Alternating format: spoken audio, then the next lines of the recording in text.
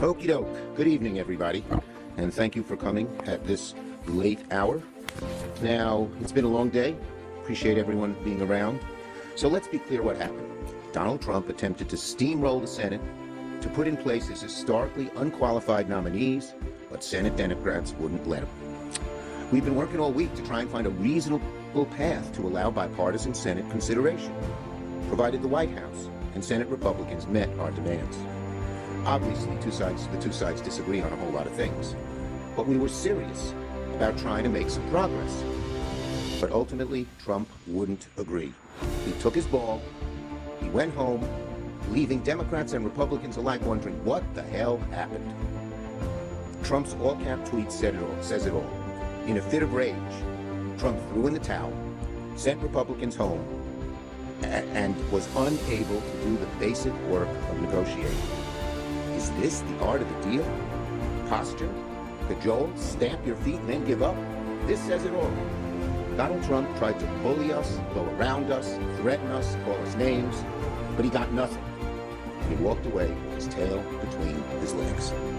One of these days, Trump is going to have to learn that he needs to work with Democrats to help the American people.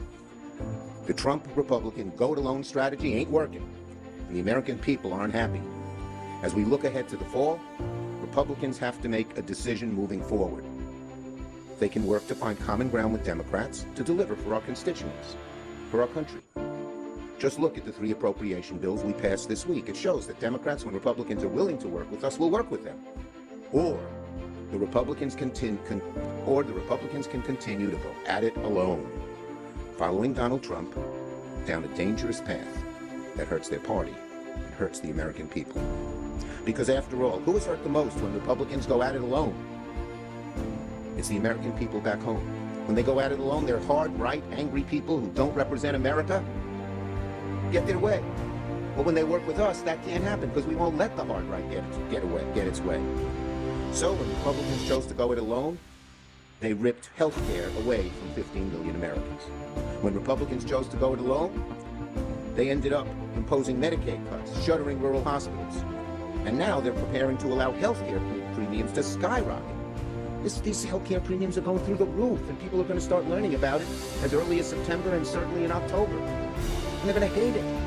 This isn't just a $10 increase. These are hundreds and even thousands of dollars that they're going to pay more. And not just Medicaid, not just Medicare, but just about everybody. Because we've been talking to the health insurers. And that's what's happening because of the big, ugly betrayal that they call their BBB. Now, it doesn't have to be that.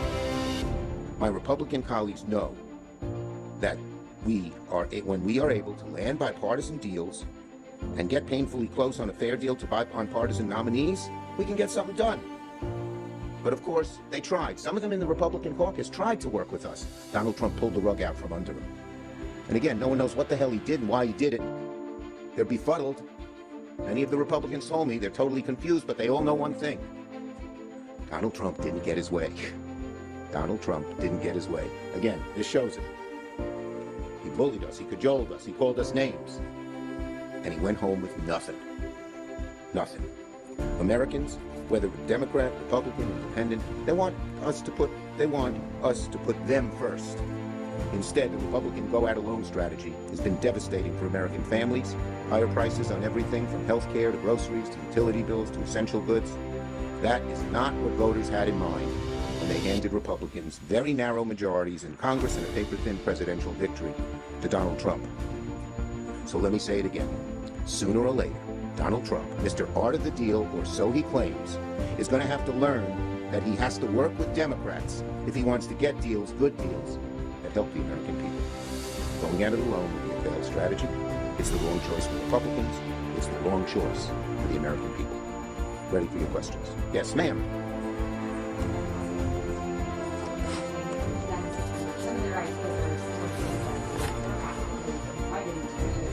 It would be a huge mistake for them to do it. A huge mistake.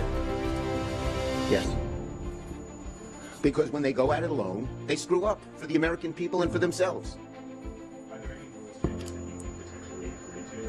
We should be working together on legislation to get things done for the American people. That's the way to go. Not changing the rules, Because when they change the rules, they say only we're going to decide what's good for the American people. And every time they do that, the American people lose. The Republican senators told him that you were seeking, you were asking the White House to unfreeze Senate food for the Palestinians.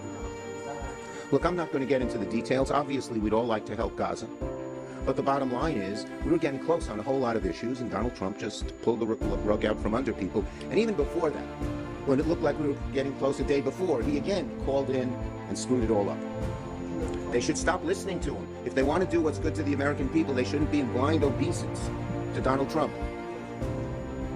Look, I'm not getting into the details, but we talked to the White House, and we mostly talked to Thune, who would then talk to the White House, and that didn't work out too well for Thune or the White House.